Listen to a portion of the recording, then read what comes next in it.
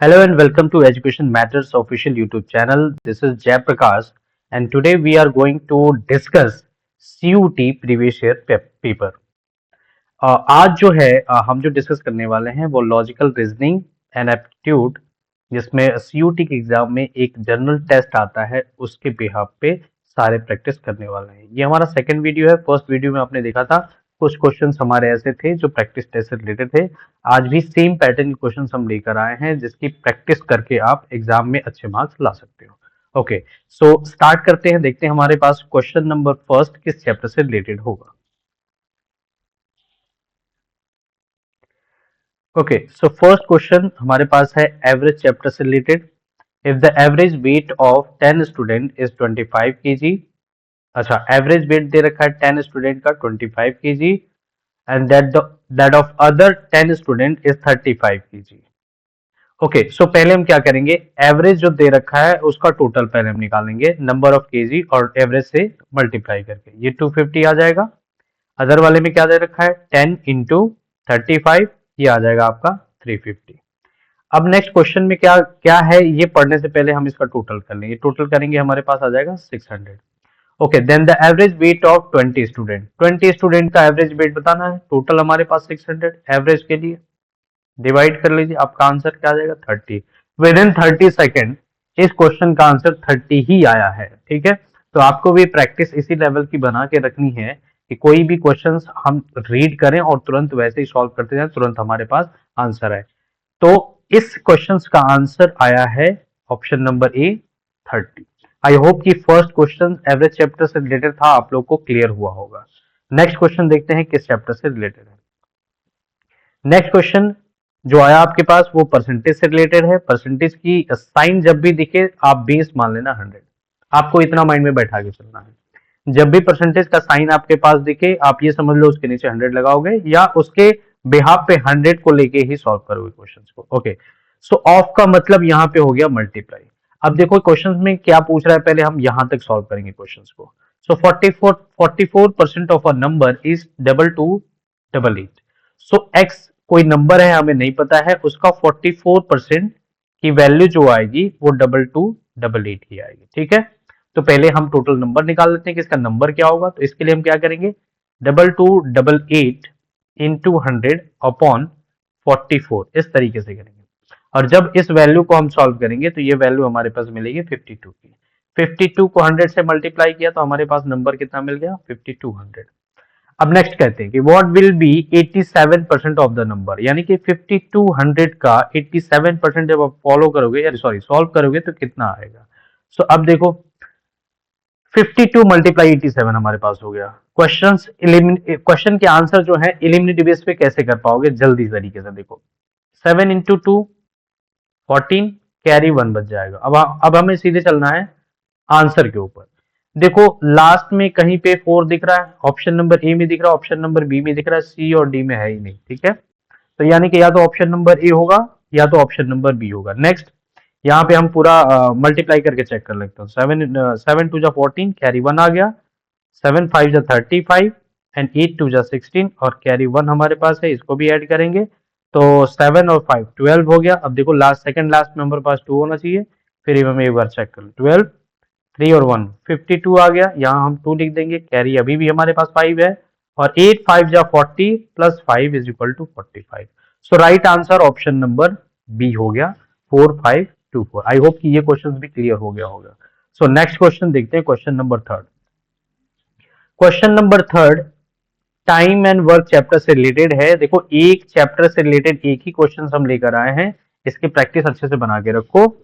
Comment box में लिख के बताना कि अगर चैप्टर वाइज सारे क्वेश्चन चाहिए कि हमें चैप्टर वाइज पढ़ना है तो हम चैप्टर वाइज भी एक एक वीडियो आपको देंगे। ठीक है, सो क्योंकि ये जो वीडियो है ये आपकी प्रैक्टिस टेस्ट की है तो प्रैक्टिस टेस्ट के बिहाफ पे ही होगी सारी कुछ है। तो A and be working together can do work in 10 days. तो पहले हम इसको सिंप्लीफाई कर लेते हैं। ए बी का जो वर्क है वो 10 डेज में कंप्लीट होगा। इफ ए कैन, देखो ए को इकलौता छोड़ दिया गया, if A can do the work in 15 days, so A की जो वैल्यू हो गई वो 15 डेज काम करने जो है, जो काम करेगा वो 15 डेज करेगा। Then how many days will be take to do the same work. Okay, so हम क्या करते हैं, कभी भी जब हमारे पास डेज वाइज रिलेटेड कोई क्वेश्चन आता है तो टोटल वर्क निकालते हैं पहले। अब टोटल वर्क कैसे निकलता है ये भी ध्यान रखना। टोटल वर्क कैसे निकलता है, एलसीएम लेना पड़ता है जो हमारे पास डेज होते हैं, यानी 10 और 15 का हम क्या करेंगे, एलसीएम ले लेंगे। सो 10 और 15 का जो एलसीएम आएगा वो हो जाएगा 30। ये हो गया हमारे पास टोटल वर्क। ठीक है, ये हो गया टोटल वर्क। अब एफिशिएंसी देखते हैं, ये दो लोगों की एफिशिएंसी क्या है काम करने की। तो 30 को 10 से डिवाइड किया, इसकी एफिशिएंसी हो गई 3, और 30 को 15 से डिवाइड किया, इन लोगों की एफिशिएंसी हो गई 2। ठीक है, अब क्वेश्चंस में क्या पूछ रहा है, then how many days will be take to do same work. So हम क्या करेंगे, 3 माइनस 1, 3 माइनस 2। ऐसा क्यों कर रहे हैं, क्योंकि बी की वैल्यू हमें निकालनी है, यानी कि बी की एफिशिएंसी निकालनी है। तो बी की जो काम करने की एफिशिएंसी है वो 1 है, और टोटल वर्क हमारे पास कितना है 30, डिवाइड बाई 1 करेंगे आपका आंसर आ जाएगा 30। ओके, आपको एक बात और भी याद रखनी है, total work divide by efficiency जब आप करेंगे तो आपका answer exact within 30 second आ जाएगा। Total work divide by efficiency करेंगे तो आपका आंसर मिल जाएगा। ठीक है, तो 30 divide by 1 is equal to 30 आ गया आंसर। अगर यहाँ पे बी की एफिशिएंसी डिफरेंस निकालने पे 2 आती तो डिवाइड बाई 2 करना पड़ता, 3 आती तो डिवाइड बाई 3 करना पड़ता। ओके, सो इस क्वेश्चन का आंसर है ऑप्शन नंबर बी, यानी कि 30। ओके, नेक्स्ट क्वेश्चन किस चैप्टर से रिलेटेड है देखते हैं। Question number 4. The digit and number from 1 to 12 represented by the dial of a clock are replaced by the letter of English alphabet. Okay. So पहले questions की need को समझते हैं, क्वेश्चंस क्या क्या चीजें हमें अप्लाई करवा रहा है कि आप ऐसे ऐसे सॉल्व करो। ठीक है, तो ये कह रहा है कि एक नंबर है 1 से लेके 12 तक, और इसको इंग्लिश अल्फाबेट में लिखना है हमें। The replacement is the started with the letter of C, with the letter C, यानी कि जो स्टार्टिंग है वो लेटर सी से होना चाहिए। यानी 1 को सी मान लेना है, 2 को आपको डी मान लेना है, कुछ इस तरीके से क्वेश्चन।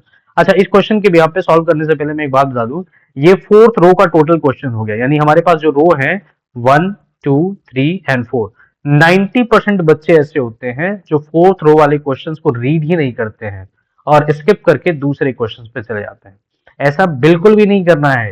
ये 4th रो का क्वेश्चंस भले ही है लेकिन है बहुत इजी, और आपको विद इन 30 सेकंड ये सॉल्व करके आना होगा, और यहाँ पे भी सॉल्व हो सकता है। तो देखो, 1 को इसने सी मान लिया, 2 को डी मान लेना है, 3 को हम क्या मान लेंगे ई, 4 को हम क्या मान लेंगे एफ, और 5 को हम क्या मान लेंगे जी, 6 को हम क्या मान लेंगे एच, और 7 को हम क्या मान लेंगे आई, 8 को हमने क्या मान लिया आई के बाद जे, और 9 o'clock को हम क्या मान लेंगे के। तो राइट आंसर क्या हो जाएगा, ऑप्शन नंबर डी के। क्लियर है। देखो, क्वेश्चंस 4th रो का था, 4 लाइन के क्वेश्चंस को हम पढ़ के ना फ्रस्ट्रेट हो जाते हैं, कौन पढ़े इतना, हम स्किप करके नेक्स्ट क्वेश्चन को करेंगे। ठीक है, बट ऐसा नहीं करना है।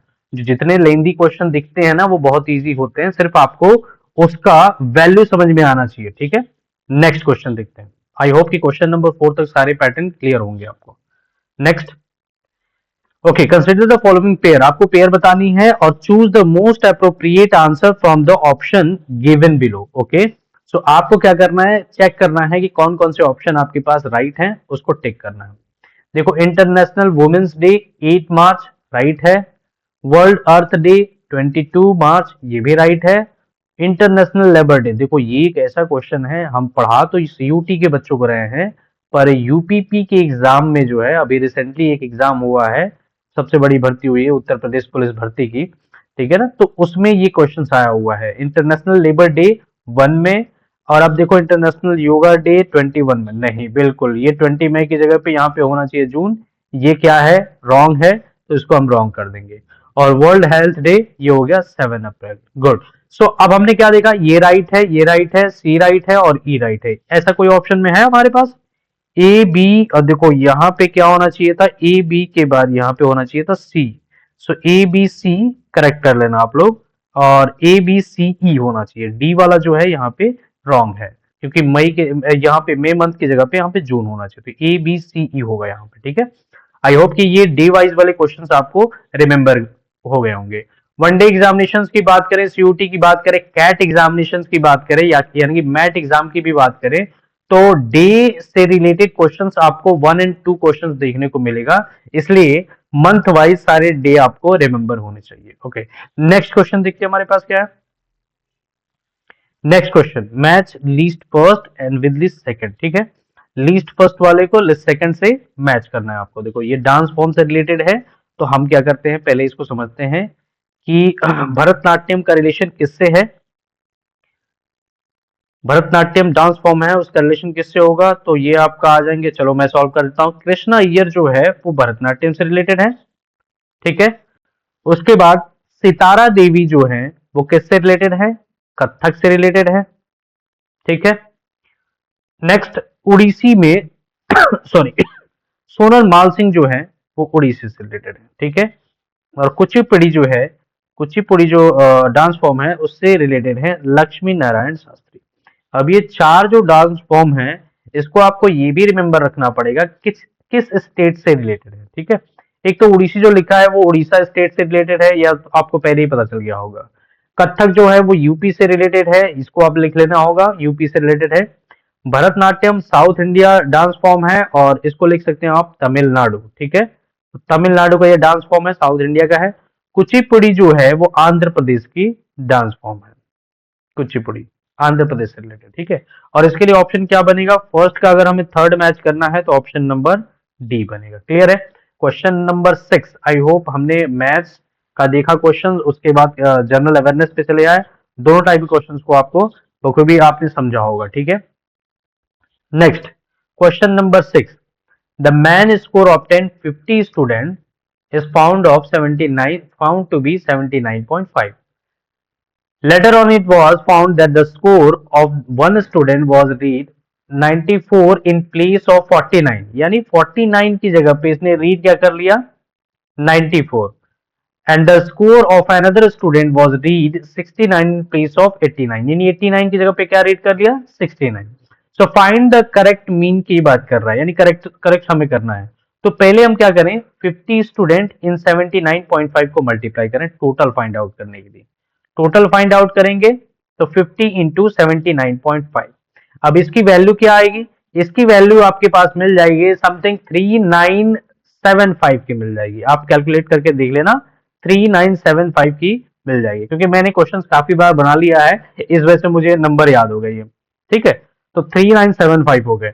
अब हमने क्या करना है, 3975 माइनस 94 प्लस आपके पास जो वैल्यू आ गई वो हो गई 69 को, प्लस आपके पास जो वैल्यू है वो है 49 प्लस 89। अब डिवाइड बाई टोटल हमारे पास है कितना, 50, इसे से डिवाइड कर लेना है, और यही हमारी वैल्यूएशन जो है कैलकुलेशन को सॉल्व कराएगी। ओके, सो इसको ऐड करते हैं, ये कितना आएगा, ये आ जाएगा आपके पास 3 और 15 एंड 16, 163 आ जाएगा।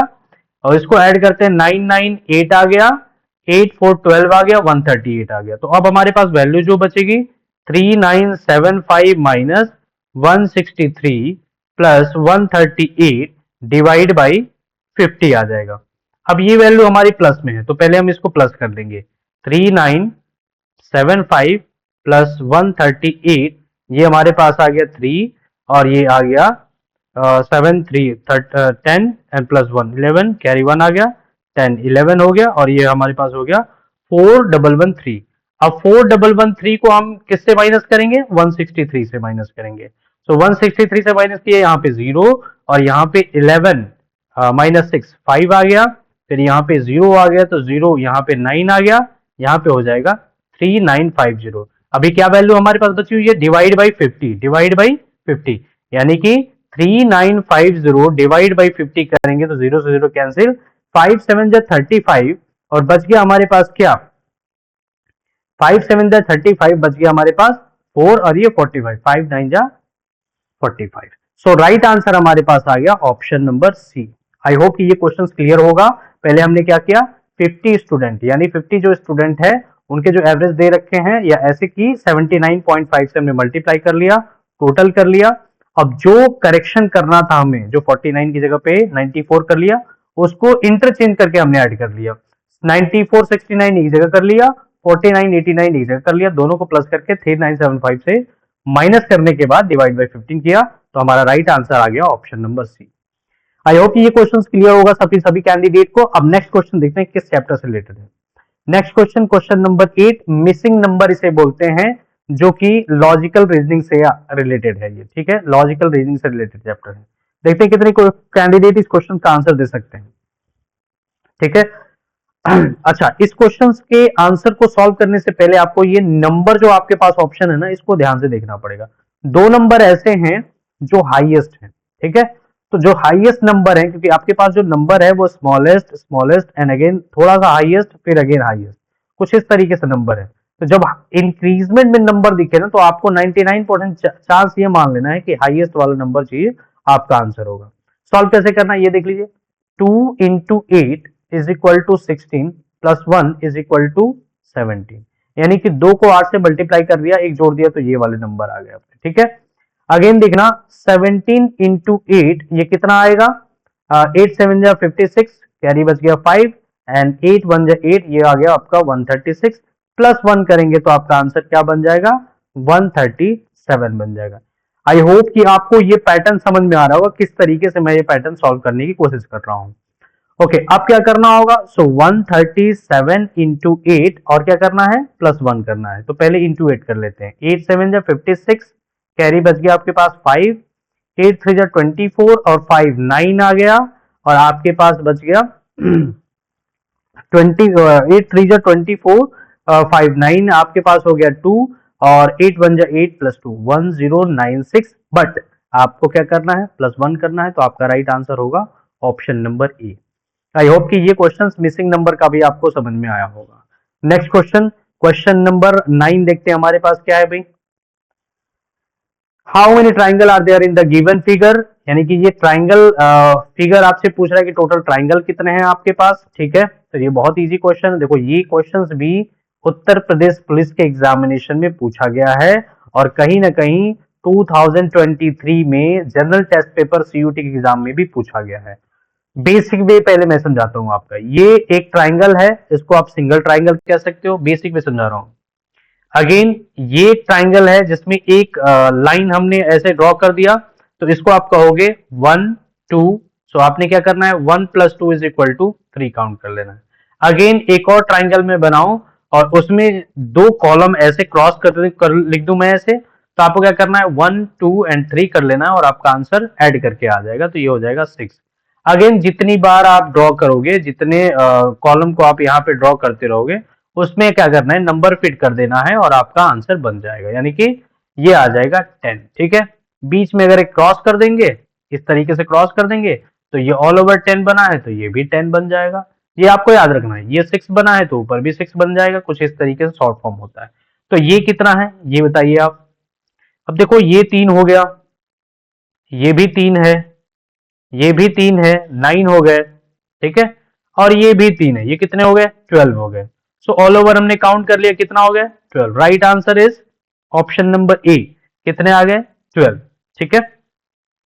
ओके, अब क्वेश्चन नंबर 10 देखते हैं किससे रिलेटेड है। क्वेश्चन नंबर 10 आ गया आपका, चलो ये भी लॉजिकल रीजनिंग से रिलेटेड है, और अल्फाबेटिकल सीक्वेंस में आता है, इसके लिए आपको पूरा प्रॉपर चेक करना पड़ेगा कि आंसर क्या है। सो क्वेश्चन नंबर 10 का जो आंसर है वो दो दो लेटर के पेयर के बिहाफ पे चल रहा है। देखो, आई के बाद जे, जे के बाद आपका के, और के बाद आपका आना चाहिए यहाँ पे एल आना चाहिए। सो स्टार्टिंग जो होगा वो एल से होगा। ऑप्शन के रिगार्डिंग जाते हैं, यहाँ पे एल नहीं है, यहाँ पे एल नहीं है, और यहाँ पे एल नहीं है, यानी कि 99.9% चांस हो गया कि ऑप्शन नंबर सी हमारा आंसर होगा। पहला एक बार क्वेश्चन को देखते हैं, के एल एम एंड अगेन हमारे पास एन आएगा, यानी कि 100% श्योर हो गए कि ऑप्शन नंबर सी हमारा राइट आंसर है। आई होप कि क्वेश्चन नंबर 10 भी आपको क्लियर हो गया होगा। ओके, नेक्स्ट क्वेश्चन देखते हैं किस चैप्टर से रिलेटेड है। Question number 11, profit and loss may be, profit and loss से रिलेटेड है, चेक कर लेते हैं।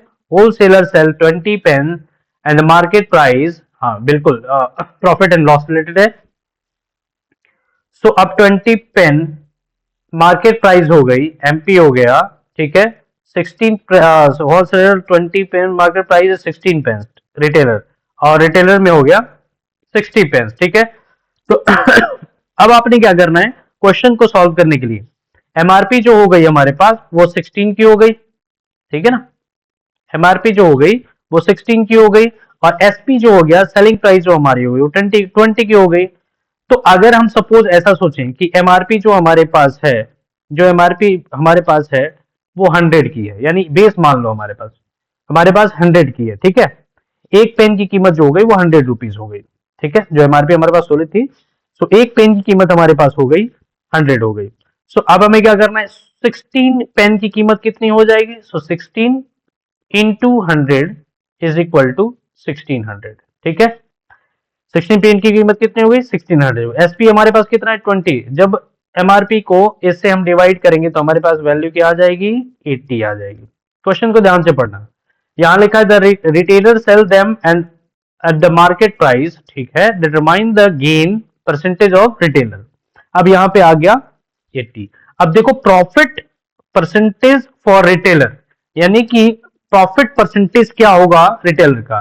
तो एक पेन की कीमत अगर हमने 100 मान ली थी, उसमें से इसका 80 माइनस कर दे और डिवाइड बाई ये मेन वैल्यू जो हमारे पास 80 है इनको करें, तो हमारे पास वैल्यू क्या आ जाएगी। हाँ, जो कि मामला परसेंटेज का है इसलिए हम इंटू 100 लग लेंगे, तो अब ये हमारे पास आ जाएगा 20/80 इंटू 100। ये आपके पास हो जाएगा 4 गुना और ये हमारे पास हो जाएगा 25, यानी हमारे पास जो आंसर आएगा वो 25% राइट आंसर होगा। और इसके अगर शॉर्ट ट्रिक में जाए तो यहाँ 20 है, यहाँ 16 है, दोनों के बीच में डिफरेंस कितना है, 4 का अपॉन 16 इंटू 100। ये थोड़ा सा शॉर्ट ट्रिक हम बता रहे हैं, ठीक है ना। तो 4 4 जा 16 और ये आ जाएगा 25%, ठीक है। ये मैंने क्वेश्चन को प्रॉपरली सॉल्व किया है और ये थोड़ा सा शॉर्ट ट्रिक है। दोनों के बीच का difference upon MRP into 100 is equal to answer 25%। Okay, so next question देखते हैं किस चैप्टर से रिलेटेड है, question number 12। Okay, so question number 12 जो हो गया वो लॉजिकल रीजनिंग से रिलेटेड हो गया।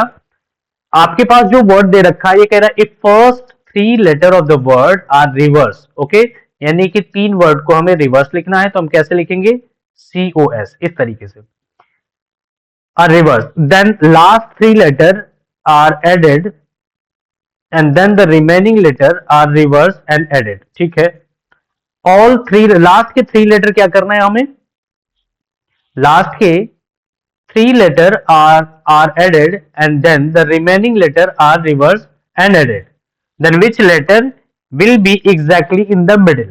so हमें क्या करना पड़ेगा, लास्ट के 3 लेटर इससे ऐड कर लीजिए IST, और उसके बाद क्या कह रहा है, रिमेनिंग लेटर आर रिवर्स, जो बचे हुए लेटर हैं उसको रिवर्स में लिख लें। तो हम कैसे लिख पाएंगे भाई, इसके बाद हमारे पास किस तरीके लिखेंगे, GOLO, टोटल कितने लेटर है हमारे पास, 1 2 3 4 5 6 7 8 9 10 11, और यहाँ पे कितने, और 3 3 9 एंड 12, और कुछ छोड़ गया हमारा, एक आई छूट जा रहा है, ओके, बात आई। एग्जैक्ट मिडिल में पूछा है कि कौन सा लेटर होगा, सो 5 पेयर इधर एग्जैक्ट मिडिल में कौन सा लेटर आ गया हमारे पास, T. So right answer option number B. Question की नीड को हमें समझना पड़ेगा प्रॉपरली, हमारा क्वेश्चन बहुत जल्दी सॉल्व हो जाएगा। 3 लेटर को रिवर्स में लिखना था और इन लास्ट के 3 लेटर को इससे ऐड कर लेना था, और बाकी जो रिमेनिंग बच रहे हैं, क्योंकि मैंने यहाँ पे पेंसिल आ दिया था, तो बाकी जो रिमेनिंग बच रहे थे उसको हमें रिवर्स में लिख लेना था, ठीक है। सो राइट आंसर आ गया option number B. Okay, next question किस चैप्टर से रिलेटेड है देखते हैं। क्वेश्चन नंबर 13 ये आ गया आपका सिटिंग अरेंजमेंट से रिलेटेड। सिटिंग अरेंजमेंट से रिलेटेड आप याद रखेंगे ये लॉजिकल रीजनिंग का पार्ट है। सिटिंग अरेंजमेंट काफी बहुत सारे एग्जामिनेशन में पूछे जाते हैं। अब आपके इसके एक छोटे से बेसिक कॉन्सेप्ट को हम आपको याद दिलाते हैं। जब भी आप सर्कल क्वेश्चन को सॉल्व करें और क्वेश्चन इनसाइड में हो तो आपको एक बात याद रखनी है कि एंटी क्लॉकवाइज वो राइट हैंड होता है और क्लॉकवाइज हो जाता है लेफ्ट हैंड, और अगर आउटसाइड होता है तो ये सारी चीजें इंटरचेंज हो जाती हैं। बहरहाल हम क्वेश्चन सॉल्व करते हैं। अब देखो 5 कैंडिडेट हैं तो इस तरह बना सकते हो आप, 5वां कैंडिडेट और भी कहीं आप बना सकते हो, जैसे कि मैंने तो यहाँ बना दिया, आप इधर भी बना सकते हो, इसको इधर भी कर सकते हो, कोई दिक्कत नहीं है। अब लिखा है all of them facing centre, ठीक है। फेसिंग सेंटर मतलब अपना राइट और अपना लेफ्ट ये दोनों सिमिलर हो जाएंगे। सो अभिनव इज बिटवीन आलोक एंड अंकुर, तो पहले हम किसको लिख लें, आलोक को लिख लें। यहाँ पे लिख लो आलोक को। देखो मेरी स्टार्टिंग यही से होती है, प्रैक्टिस है हमारी इस तरीके से, आप चाहें तो कहीं भी लिख सकते हो, ठीक है। सो अभिनव इज बिटवीन, ये अभिनव हो गए, इज बिटवीन आलोक एंड अंकुर, यहां पे आ गए अंकुर। ठीक है, आई होप कि ये प्रॉपरली समझ में आ रहा होगा। मेरी एक पर्सनली प्रैक्टिस है कि मैं यहां से स्टार्ट करता हूं, आप चाहें तो कहीं से भी स्टार्ट कर सकते हो। ठीक है, Apurva is on the left of Abhishek, left of Abhishek, left मतलब इस पार्ट पे इस तरीके से आना है। Apurva is on the left of, sorry, Apurva is on the left of Abhishek और Alok is in the left of Apurva. ठीक है, हम क्या कर सकते हैं, अपूर्वा को यहां लिख सकते हैं क्योंकि वर्ड तो क्लियर हो रहा है ना हमारे पास, और उसके बाद अभिषेक को यहां लिख सकते हैं। ठीक है, अभिषेक यहां पे आ गया। कितने कैंडिडेट हो गए हमारे पास, देखो मैंने यहाँ तो ऐसे ही बना रखा था इसको, 1 2 3 4 5, ये 5 कैंडिडेट हो गए, मैंने 6 कैंडिडेट बना दिया, फिर भी ये सॉल्व हो गया। 5 कैंडिडेट टोटल हमारे पास। स्टेटमेंट में क्या था, setting Abhinav is between Alok and Ankur, सही है, अभिनव जो है आलोक और अंकुर के बीच में, आप चाहें तो कहीं से भी शुरुआत कर सकते हैं। आप ग्राफ इस तरीके से भी बना सकते हैं, आप ग्राफ इस तरीके से भी बना सकते हैं, आप ग्राफ जो है इस तरीके से भी बना सकते हैं, 5 स्टूडेंट का। ठीक है, अच्छा, अब क्वेश्चन में क्या पूछा है, who is sitting next to the Abhinav on his right, next to the Abhinav his right, Abhinav के राइट में कौन है, कौन आ रहा है भाई, आलोक आ रहा है। क्लियर है, अभिनव के राइट में, एग्जैक्ट राइट में कौन आ रहा है, आलोक आ रहा है, तो आंसर हो जाएगा ऑप्शन नंबर डी। अच्छा, एक क्वेश्चन इसमें आता है जिसका आंसर बनता है कैन नॉट बी डिटरमाइंड, आप याद रखेंगे। कैन नॉट बी डिटरमाइंड एक ऐसा वर्ड है जो कि ऑड वन जितने भी मेंबर आते हैं उसमें एक क्वेश्चन आ जाएगा और उसका आंसर होगा कैन नॉट बी डिटरमाइंड। जैसे अगर क्वेश्चन में पूछ लिया जाए who sits front of Apurva, who sits front of Abhinav, who sits front of Ankur, जिनके सामने की बात कर लेगी, इनके सामने कौन बैठा है, इनके सामने कौन बैठा है, तो उस क्वेश्चन का आंसर आएगा कैन नॉट बी डिटरमाइंड। ये ऐसा क्यों है कि जब भी ऑड मेंबर ऐसे क्वेश्चन में आएंगे आप डिसाइड नहीं कर सकते हम किसको किस साइड में बैठा है। ठीक है, सो क्वेश्चन नंबर 13 हमारा कंप्लीट हो गया। अब आते हैं क्वेश्चन नंबर 14 पे, देखते हैं किस चैप्टर से रिलेटेड है। ओके, सो क्वेश्चन नंबर 14 हमारा जो रिलेटेड है वो भी लॉजिकल रीजनिंग से रिलेटेड है। अब यहाँ पे बोला गया है which number lies inside all figure, बहुत इजी क्वेश्चन, सारे फिगर, ये स्क्वायर हो गया, ये सर्कल हो, सॉरी ये सर्कल हो गया, ये ट्राइंगल हो गया, तीनों फिगर में कौन है, 2 है, राइट आंसर आ गया ऑप्शन नंबर ए। ठीक है, क्वेश्चन नंबर 14 तक हमने कंप्लीट किया। आई होप कि आपको कोई भी प्रॉब्लम नहीं हुई होगी, या पीपीटी आपके पास, वीडियो आपके पास है, आप 1 बाय 1 क्वेश्चन को सॉल्व करके चेक कर सकते हो। ठीक है, okay, so next question, question number 15, Rajan does 7 by 11 of work in 21 days. Okay, इस चैप्टर का नाम हो गया time and work, time and work, आप याद रखेंगे इस चैप्टर का नाम है time and work. So 7 by 11 of a work in 21 days.